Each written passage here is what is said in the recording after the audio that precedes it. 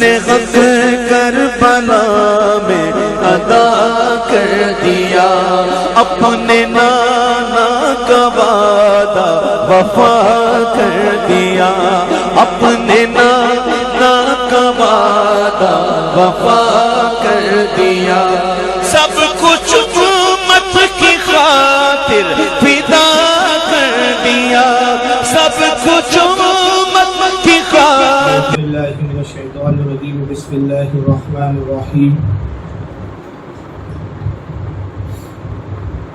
الحمدللہ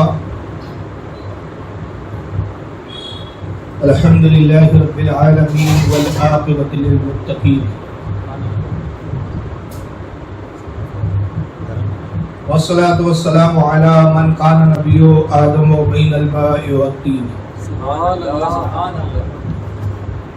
قال اللہ تبارک و تعالی فی القرآن المجید والفرقان الحمید، وَإِذْ قَالَ رَبُّكَ لِلْمَلَائِكَةِ إِنِّي جَاعِلٌ فِي الْأَرْضِ خَلِيفَةً۔ صدق اللہ العظیم، صدق صادق المصدوق، علیہ الصلاۃ والتسلیم۔ ان اللہ وملائکتہ یصلون علی النبی یا ایھا الذین آمنوا صلوا علیہ وسلموا تسلیما۔ اللہم صل علی سیدنا مولانا شفیعنا وحبیبنا وطبیبنا ونبینا ومولانا محمد وعلی آلہ واصحابہ واہل بیتہ وذریاتہ وبارک وسلم صلاۃ دائما کثیرا کثیرا کثیرا۔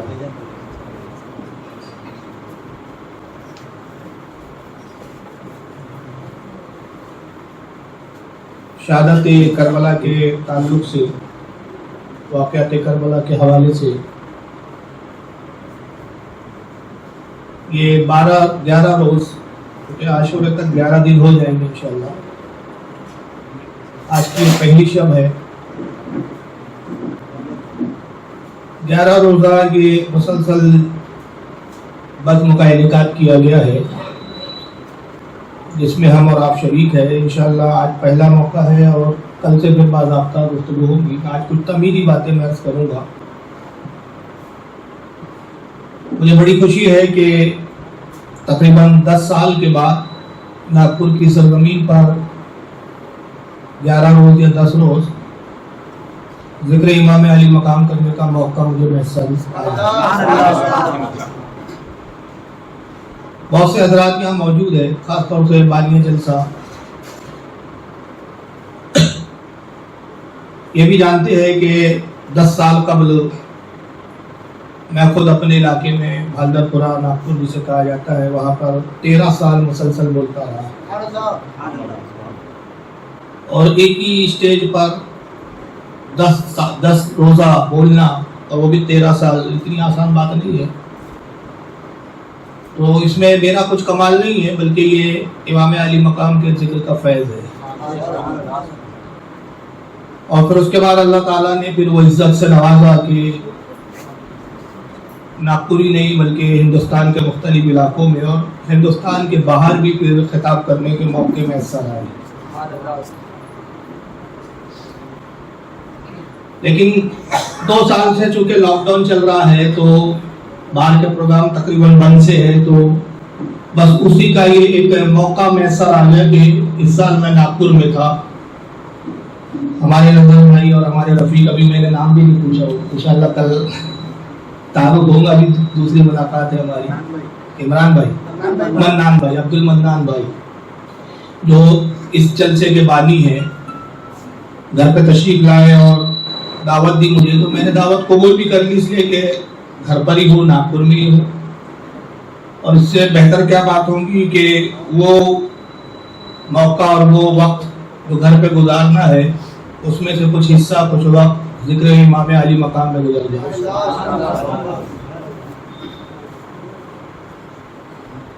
تو میں بہت ہی شکر گزار ہوں اپنے کرم فرما جناب عبد المنان صاحب کا اور مداح رسول جناب نظر قادری صاحب کا کہ انہوں نے مجھے یہ موقع فراہم کیا کہ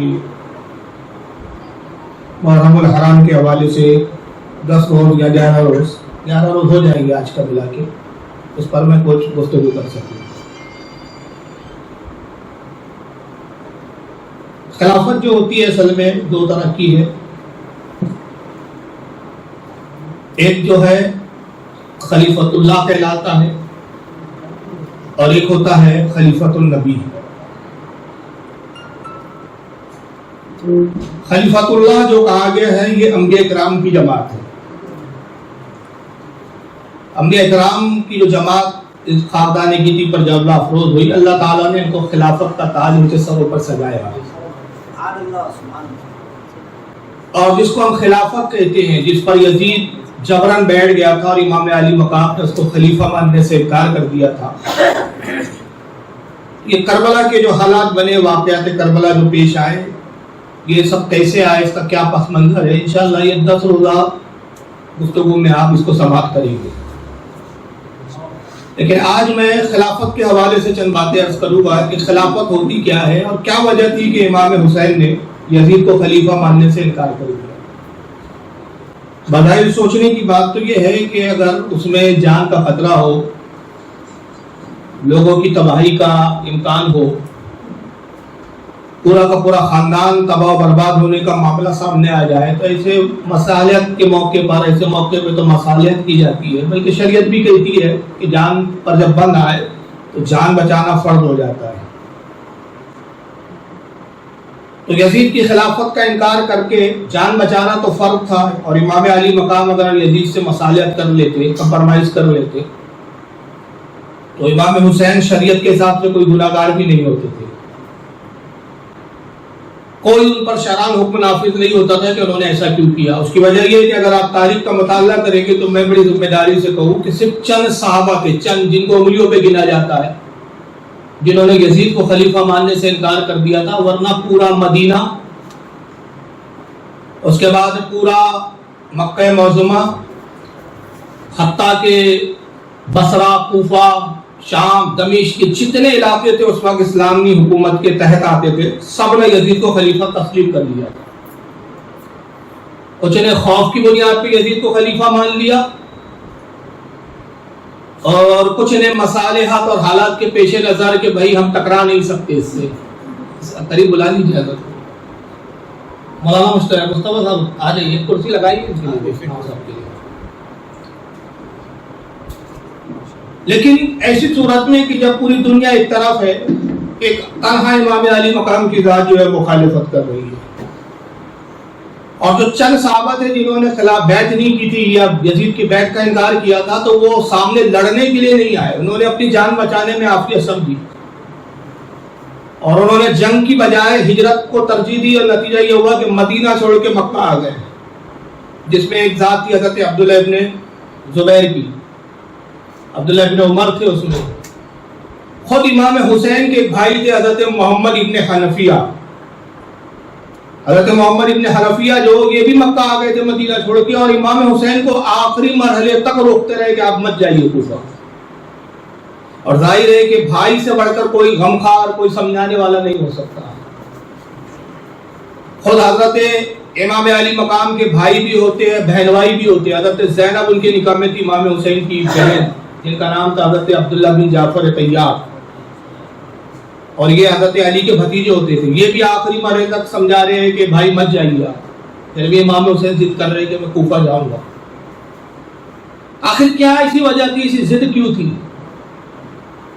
ایک خلافت کی تو بات تھی, اور یزید بھی کوئی آب حیات پی کر تو آیا نہیں تھا کہ صاحب تا قیامت تک وہ بادشاہ رہتا. ایک مختصر عرصے کی زندگی گزارتا, مر جاتا, پھر دوسرا کوئی خلیفہ چن لیتے مسلمان. یہ حالات بہتر ہوتے, جیسے کہ ہم امید کرتے ہیں کہ یہ ظالم حکومت ہٹ جائے تو کوئی نہ کوئی اچھا حکمراں آ ہی جائے. اس امید پر زندہ رہا جا سکتا تھا, وقت گزارا جا سکتا تھا. خاندان تباہ کرنے کی ضرورت کیا تھی؟ وجہ یہ تھی کہ امام علی مقام جانتے تھے کہ خلافت, یہ بولنے میں چھوٹا لفظ ہے, خلافت, خلیفہ, یہ ایک چند حرف ہے, ایک لفظ بنتا ہے خلیفہ, خلافت.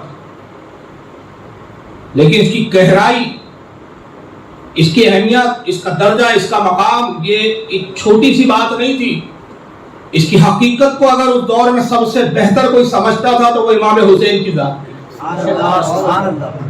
وہ جانتے تھے کہ یہ خلیفہ اور خلافت کا منصب اتنا اعلیٰ ہوتا ہے کہ جب رب تبارک و تعالیٰ نے اس منصب کے لیے شخصیت کو پیدا کرنا چاہا تو سب سے مقدس جماعت فرشتوں کی جماعت میں مشورہ فرمایا اور فرشتوں سے کہا. قرآن عظیم نے اس کو بیان کیا وَإِذْ قَالَ رَبُّكَ لِلْمَلَائِكَةِ إِنِّي جَاعِلٌ فِي الْأَرْضِ خَلِيفَةً. اور انداز کلام دیکھیے اللہ تعالیٰ کا، یہ خطاب وَإِذْ قَالَ سے شروع ہوا اور وہ وَإِذْ وا تو اور کے معنی میں آتا ہے، اس کے معنی عربی میں بہت آتے ہیں، لیکن یہاں پر جو خاص معنی متعین کیے مفسرین نے یا قرآن کے مترجم حضرات نے،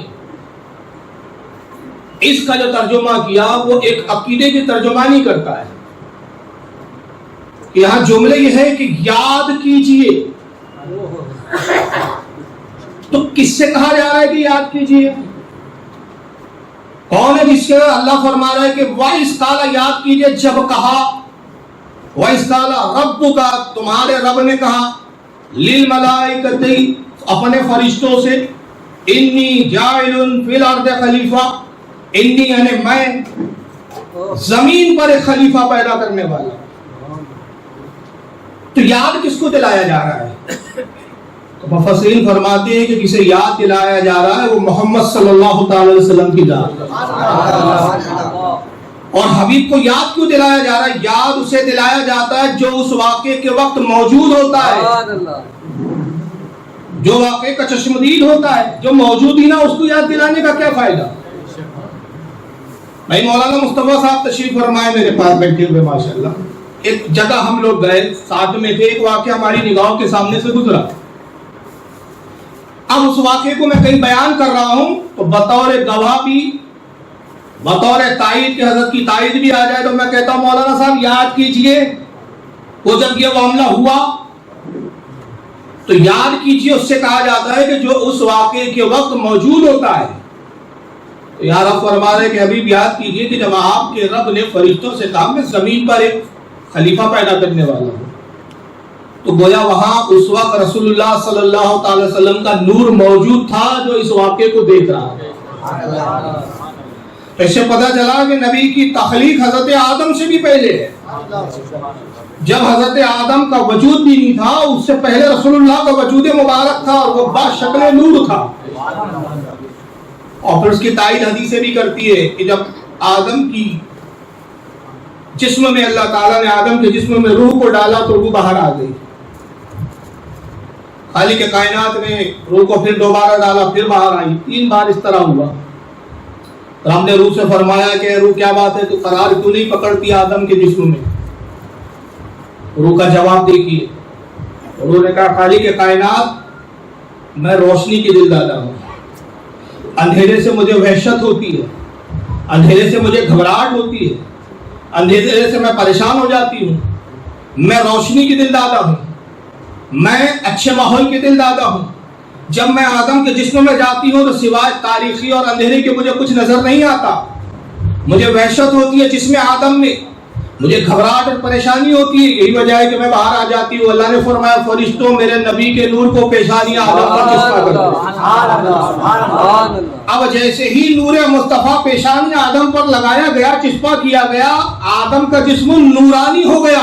پتا چلا جہاں مصطفیٰ ہوتے ہیں وہاں نورانیت آ جایا کرتی، جہاں مصطفیٰ ہوتے ہیں وہاں سے وحشت بھاگ جایا کرتی ہے، جہاں مصطفیٰ ہوتے ہیں وہاں پر گھبراہٹ ختم ہو جایا کرتی ہے.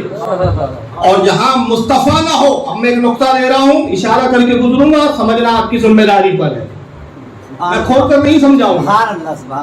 میں نے کہا جہاں نبی کا نور ہو، جہاں نبی کی نورانیت ہو، جہاں نبی کی نور کا ذکر ہو، وہاں سے وحشت بھاگتی ہے، گھبراہٹ بھاگتی ہے، تاریکیاں چھٹ جاتی ہے. تو اس کا برعکس یہ ہوا کہ جہاں نبی نہیں وہاں گھبراہٹ بھی ہے، پریشانی بھی ہے، بھاگنا بھی ہے، نکلنا بھی ہے، کیونکہ روح بار بار نکل رہی ہے، بار بار بھاگ رہی ہے، بار بار بھاگ رہی ہے، فرار اختیار کر رہی ہے. جس میں آدم میں قرار نہیں ہے. کیوں کہ نور نہیں ہے. نور آیا تو قرار آیا. تو جس جماعت میں مصطفیٰ کی نورانیت ہوتی ہے وہاں قرار ہوتا ہے، اور جس جماعت میں نورانیت نہیں ہوتی وہ جماعتیں بھی بے چین ہوتی ہے. کبھی 40 دن بھٹکتی ہے، کبھی 3 دن بھٹکتی ہے، کبھی 3 دن بھٹکتی ہے. بورے اٹھا اٹھا کے بھٹکتے رہتے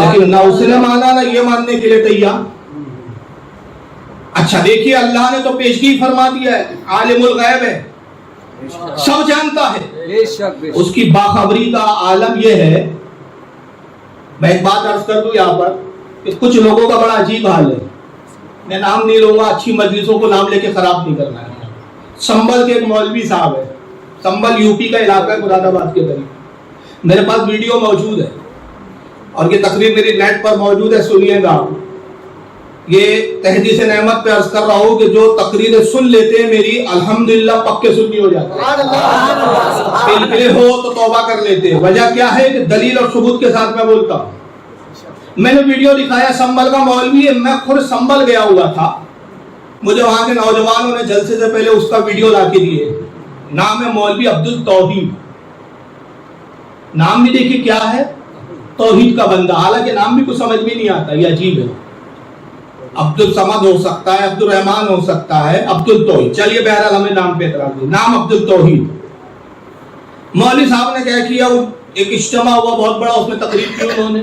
مجھے وہ ویڈیو لا کے دیا گیا کہ صاحب انہوں نے یہ ویڈیو میں بولا, اس کا آپ رد کیجیے.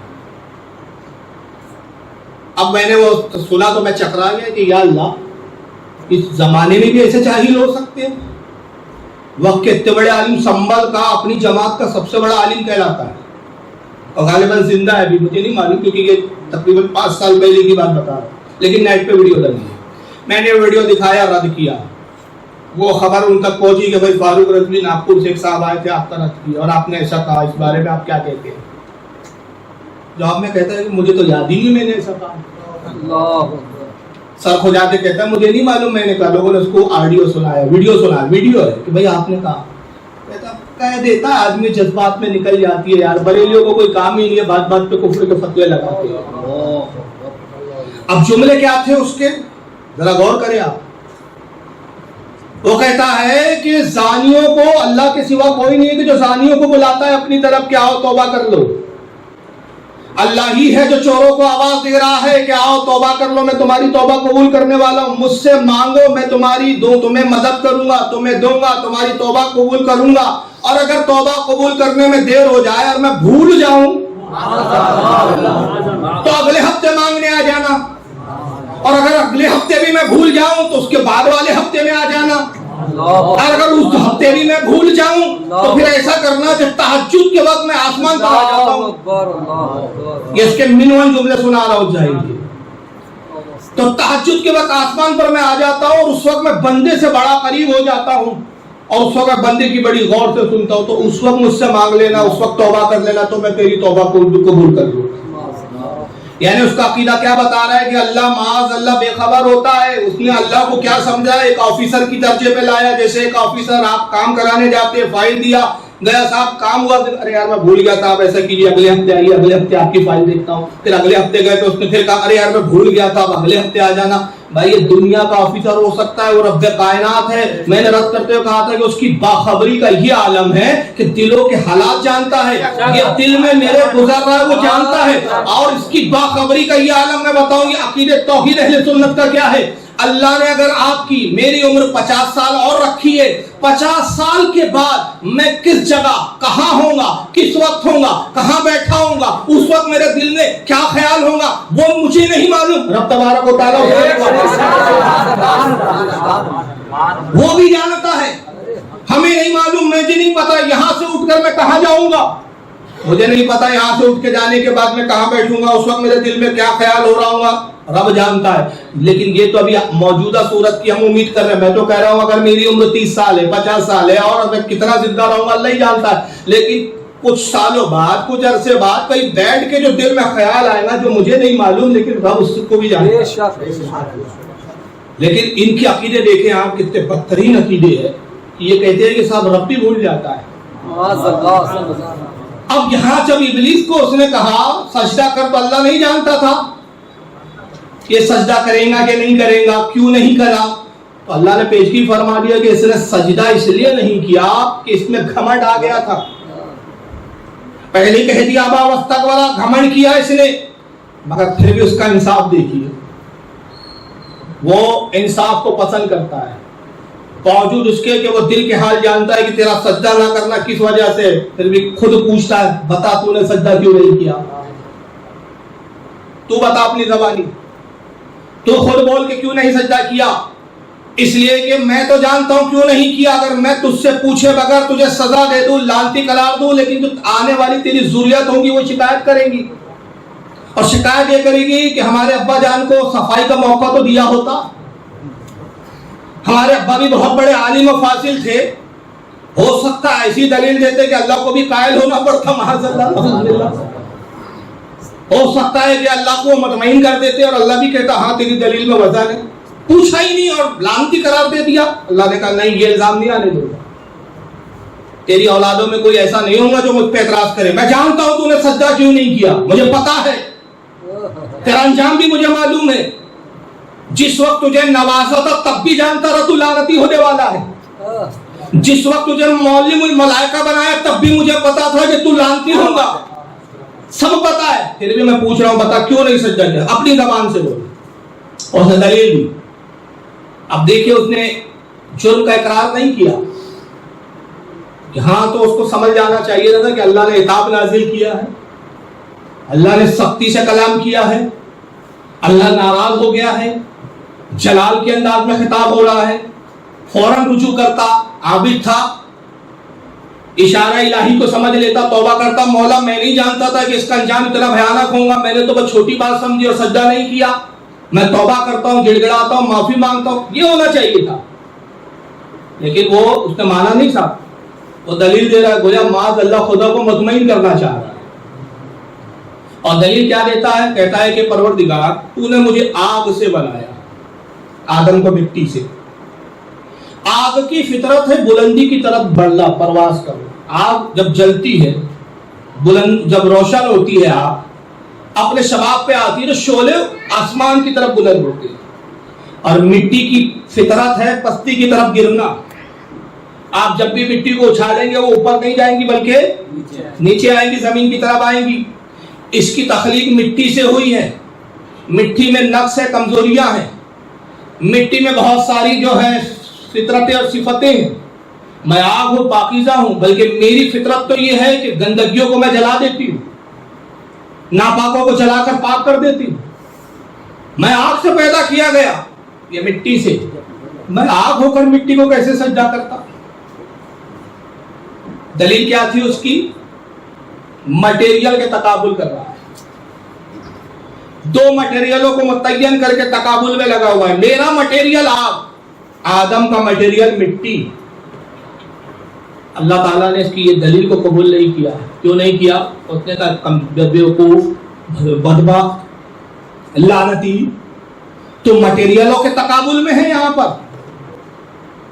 فرشتے تو تجھ سے بھی بہتر خلق میں ہیں، اس لیے کہ یہ نور سے پیدا ہوئے ہیں، نور کی تخلیق تو آگ سے بھی بلند ہے، مگر یہ ہے معصوم نفس نہیں ہے، تو انہوں نے مٹی ہے یہ نہیں دیکھا، انہوں نے مٹی کی فطرت کو نہیں دیکھا، میرے حکم کو دیکھا اور حکم کی تعمیل میں جھک گئے، تو یہ جھک گئے تو بلند ہو گئے، اور تو یہاں تقابل میں گزر لگا ہوا ہے، تو کمپیئر کر رہا ہے کہ میں آگ سے، یہ مٹی سے، تو پتا چلا کہ جو کمپیریزن کرتا ہے حکم خدا وہی خدا بند قدوس نہیں دیکھتا، گمراہ ہو جاتا ہے۔ تو فرشتوں کی یہ صفت، فرشتوں کا یہ انداز اہل سنت کو عطا ہوا، جب ہم کو کہا گیا نبی کی تعظیم کرو تو ہم نے نبی کو یہ نہیں دیکھا کہ ہماری طرح چلتے ہیں، ہماری طرح بولتے ہیں، ہماری طرح دکھتے ہیں، ہماری طرح بیوی ہے، ہماری طرح بچے ہیں، ہماری طرح کھاتے ہیں، ہماری طرح پیتے ہیں، نہیں، اللہ نے کہا سب سے عظیم عبادت خدا بزرگ کوئی قصہ مختصر، ہم نے کہا مصطفیٰ سے بہتر کوئی نہیں ہو سکتا، اور جب اس سے کہا تعظیم کر، اس نے کہا نہیں صاحب یہ تو ہماری طرح چلتے ہیں، ہماری طرح بولتے ہیں، ہماری طرح کھاتے ہیں۔ پتا چلا کہ مٹیریلوں کا تقابل کرنا ابلیس کا طریقہ ہے، اور وہی طریقہ اور وہی دلیل کی ضروریت لے کے چل رہی ہے، وہی طریقہ لے کے چل، مٹیریلوں کے تقابل میں لگے ہوئے۔ پھر اللہ نے فرمایا جا ہو گیا تو کافروں میں۔ اگر تو یہ کہتا کہ پروردگار میں نے اپنی عبادتوں کی بنیاد پہ سجدہ نہیں کیا تو ہو سکتا تھا، حالانکہ میں اپنی طرف سے کہہ رہا ہوں، ممکن تھا کہ اللہ اس پہ رحم کرتا کہ تو نے بڑی عبادت کی، جا ان عبادتوں کے وقت درگزر کرتا ہوں، پہلی خطا ہے تیری، پہلا جرم ہے تیرا، اس سے پہلے تو کوئی جرم نہیں تھا نا ابلیس کا. تاریخ میں کہیں ملتا ہے, قرآن میں ملتا ہے کہ اس سے پہلے ابلیس نے کوئی اور گناہ کیا تھا اور معافی مانگنے کی نوبت آئی تھی؟ نہیں, پہلی خطا تھی, پہلا جرم تھا. لیکن جرم اتنا عظیم تھا کہ مسئلہ مٹی اور آگ کا نہیں تھا, اختلاف مٹی اور آگ پر نہیں تھا کہ تو آگ ہے اور تم یہ مٹی ہے. نہیں, مسئلہ اس کا نہیں تھا کہ تیری عبادت زیادہ ہے, اس کی عبادت, تو ابھی اس نے عبادت تو کیا ہی نہیں, سجدہ ہی نہیں کیا, ابھی اس نے تو مجھے معبود مان کر جھکا ہی نہیں. مسئلہ اس کا نہیں ہے, عبادتوں کا نہیں ہے. مسئلہ یہ ہے کہ میں نے جس کو بلند کر دیا تو نے اس کو بلند ماننے سے انکار کیوں کیا؟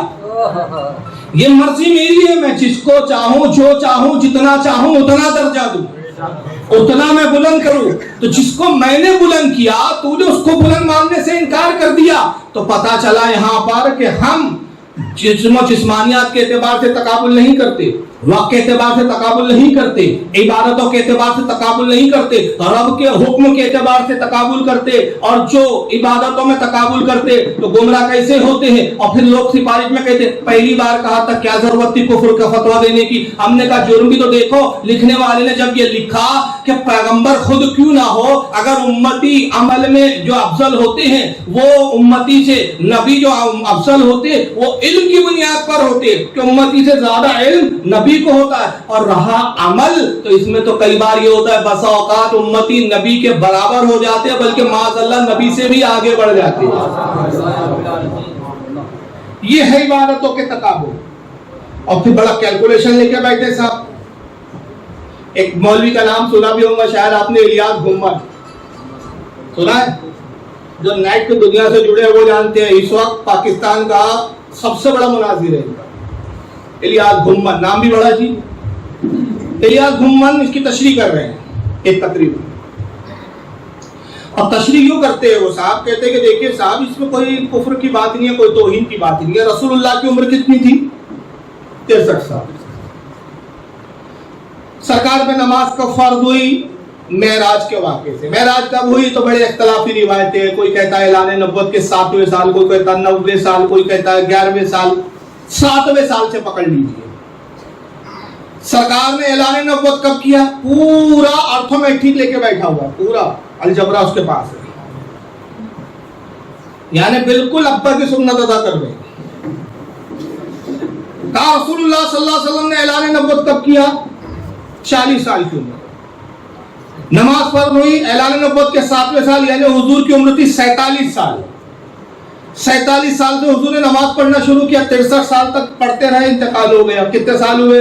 63 میں سے 47 آپ نکال لیجیے, 16 سال. ارے کو رسول اللہ 16 سال پڑھی, لیکن ہماری جماعت میں ایک بندہ آیا 20 سال کے لڑکے کو ہم نے سمجھا بجھا کے لے کر آیا.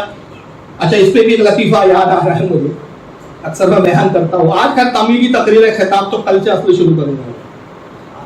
تو اس پہ بھی ایک لطیفہ یاد آیا کہ جماعت کا شیوا بھی کیا ہے.